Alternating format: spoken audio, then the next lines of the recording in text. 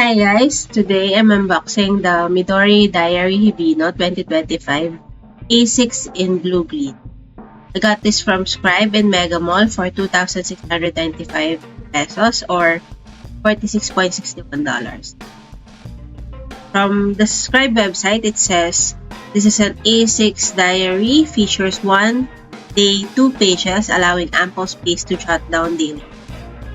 It was created to accommodate various lifestyles, serving both as a notebook and a diary all in one. With 2 pages per day spread, you can divide your entries between schedule and notes, activity log and diary, or other combinations.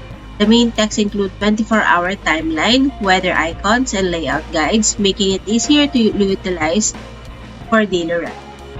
The cover has a charmingly rustic appearance, exuding an elegant and serene vibe, making it the perfect companion for preserving your precious memory. For the specification, the cover is in PVC that looks a little bit like a leather dupe. The diary is a thin diary paper that is not the MD paper with thread binding. Monthly black from December 2024 to January 2026. 2-page daily schedule from January 2025 to December 2025 with 2 bookmark strings. Contents total of 768 pages, an annual calendar, future log pages, monthly schedule, 2-page daily schedule, and a memo page. Some other specifications that are not listed in the website.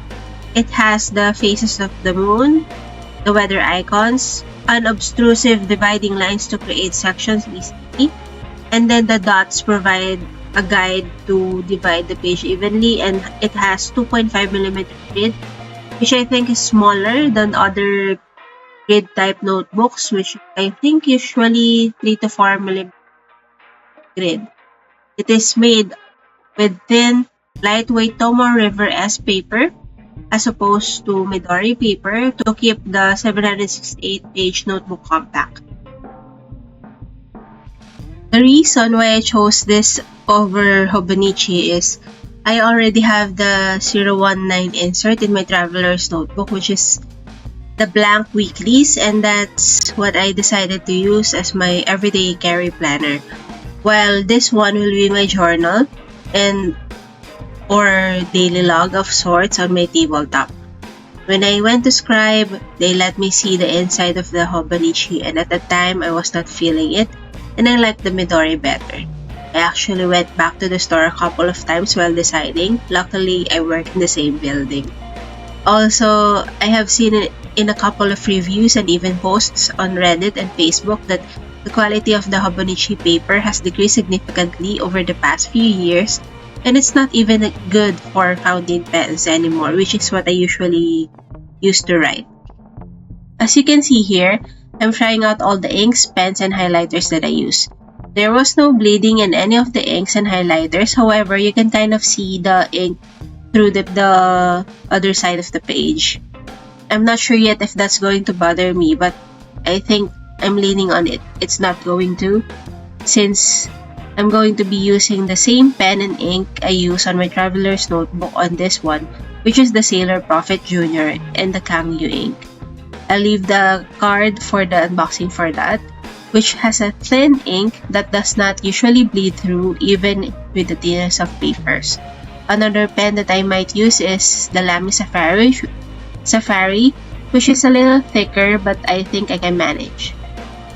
I'm also trying out the Platinum Placer pen with Noodler's ink on the other side of the page that I tested on to check if it's see-through.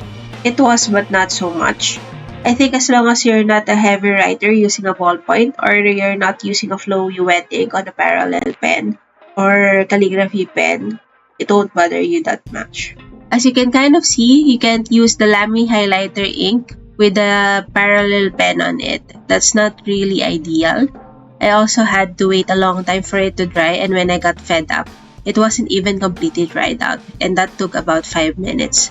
Here are some pictures of the pen test I did, and lastly, how the Midori Hibino A6 planner fits in with my Delphonics 2.